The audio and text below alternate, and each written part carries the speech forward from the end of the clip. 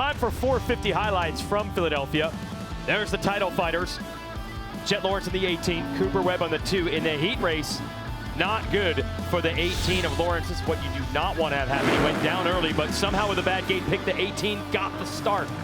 That was a clutch start for the 18, the rookie of Jett Lawrence from the outside. I mean, basically it was a Hail Mary. If he didn't get a good reaction time, he was going to be in the back of the pack.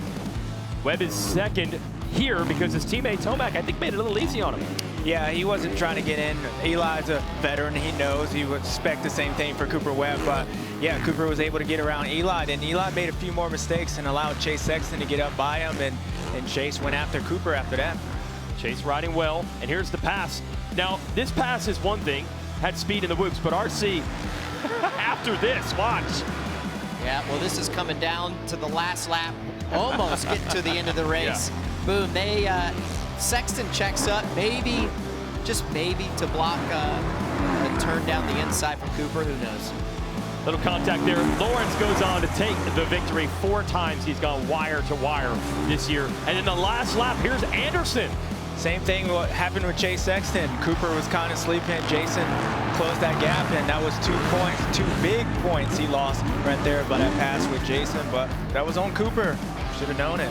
Ends up 4th, not on the podium, which gives a big advantage in the championship to Lawrence, who had the bad gate pick, still got the start, still got the win. Yes, it is. Got whole shots. He usually wins. He was out front. Sexton ended up second there, and Anderson third. First podium in a while for him, going back to Glendale, Arizona about 2 months ago. Look at the results there. Tomac would end up 5th. And a great battle between Barsha and Hunter Lawrence for 67. Yeah, I mean that battle between Barsha and Lawrence, it was like for the win. Those guys were going it. But you know, you think about Denver and what happened tonight. Anything can happen in Denver. It's still far from over. Yeah, we shouldn't forget last year, right? Like it was 3 races left. We saw the title turn, and so yeah, we're going to next weekend. It's not over until it's over. Yeah, I mean, it's easy for us to sit here and speculate, talk about that it's in Jett Lawrence's hands, which it is in a way. But like you said, James, I mean, you think about Denver last week and just how that an emotional weekend that was. Certainly for me, I couldn't believe what I was seeing with my own eyes and what happened to Eli Tomac. So same place, same venue is where the title took a turn, better for Sexton and worse for Eli. Who knows? Yep. You never know. So let's break down. We saw the Lawrence performance, wire to wire again for the 4th time this year. With Webb, James, you were talking about it, the line choice a lot. Normally a strength for Webb.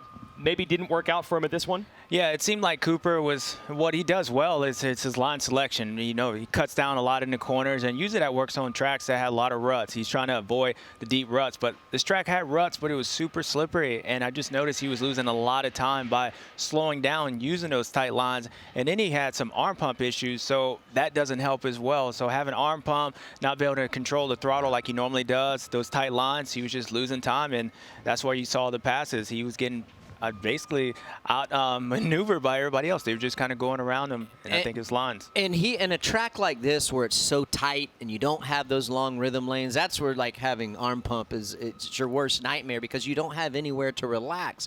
Sometimes when you have several long rhythm lanes or a long straightaway to where you can kind of like relax and let your hands open up a little bit, that's where you can give yourself some reprieve from having arm pump. But that wasn't the case here, and he had dudes just dogging him, you know, one right after another. You got Pass, and then you got Eli Tomac on you. Then you got Jason Anderson on you. Then you got Sexton on you. It just, there was never a moment for him to, I felt, to really relax. Well, right down to the final lap. We're going to look at this Anderson situation in the final turn again. And this is usually Cooper Webb's specialty. Last turn, last lap. Anderson made it happen. That's not normally what you see happen to Webb. So that changed things in a bunch. And you got Chase Sexton. What a bounce back. This is where we're going to show you the replay. Remember? This is 7 days ago. Watch Chase Sexton in orange. Yeah, this was last weekend in Nashville, and we didn't know what would happen. No. We thought throttle was stuck. Something went wrong. That's all I know. And Chase did a good job at getting off of that. But, yeah, that was a tough one. But what a bounce back. He was able to recover back from last weekend, this weekend. The runner-up ride, and Will Christian caught up with him.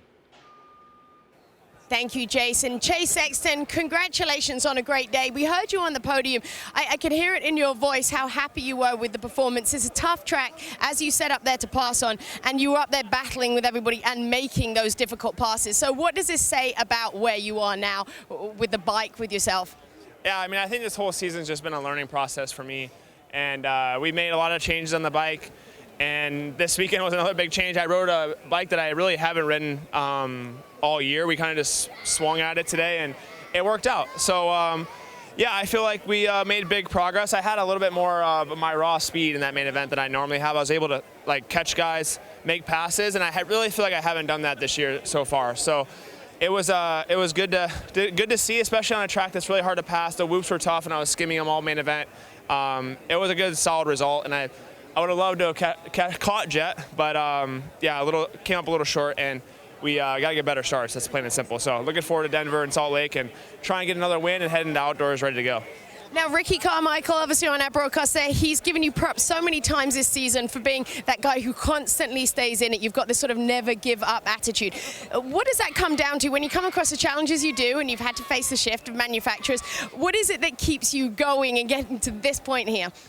My favorite quote, it's not about the destination, it's about the journey. And I feel like for me, it's just shaping me into, hopefully, I mean, my goal is to be a multi-time champion. And I think these are just the troubles you have to go through to get there. And I think once I put all these pieces together, it's going to be pretty good for myself and the team. So we're just, like I said, it's going to have been a trying year so far, but I'll never give up, and I feel like just coming from the Midwest, my roots are, that's what I am. So we'll keep swinging and get on to Denver.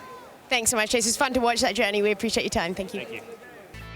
Talk about a developing story that's been going on, and it's something that's kind of rampant throughout the paddock. A lot of arguing behind the scenes, a lot of talk about whether this is legal or not legal or how to skirt around the rules, and that's what it really is. Now, what you're going to see is the result of this.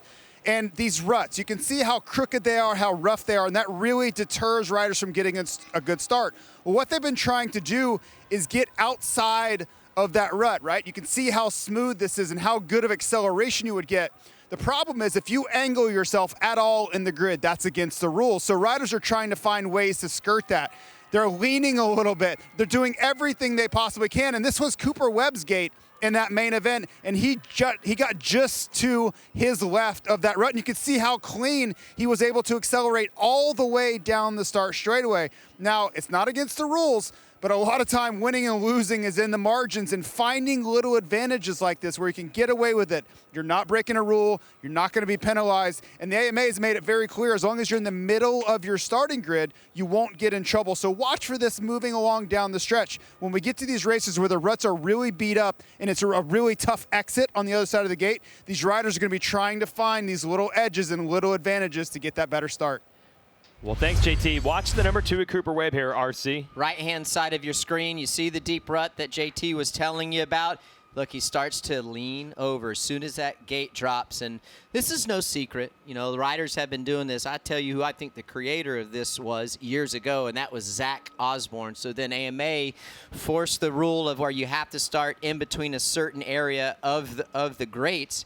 Well, these guys are crafty enough. They figured out a way to get around that. Again, they're not breaking the rule, but that's just what they do on the start. They do all kinds of little cool stuff like that on the track. You hear like James talk about it, myself talk about it. Like you're just moving over a couple, like 2 inches gives you that much more drive, like maybe coming out of a corner or going down the rhythm lane. But it's cool to see that in slow motion, give you guys that perspective. And there's so much at play here. Hunter Lawrence had the fast qualifying time, rode well in his heat, didn't quite win it, but he had the good gate pick. He was coming near Webb. We've been talking so much about the Yamaha teammates. Yeah. Could that be a factor here these last 2 rounds? Hunter going to try to help out? I mean, listen, blood is thicker than water any day of the week, so I don't think he's going to hand it over to Coop for sure. I mean, I would race him hard. Yeah. I mean, wouldn't you? I mean. You know my answer. You know, oh, we already got that. No, you didn't give one last time, dude. No, I said it. You just didn't hear it. Oh, okay. Hi, folks. Lee Diffie from NBC Sports here. If you truly enjoyed what you just watched, you can get more news, interviews, and highlights by subscribing to the Motorsports on NBC YouTube page. You can get it all, so go for it.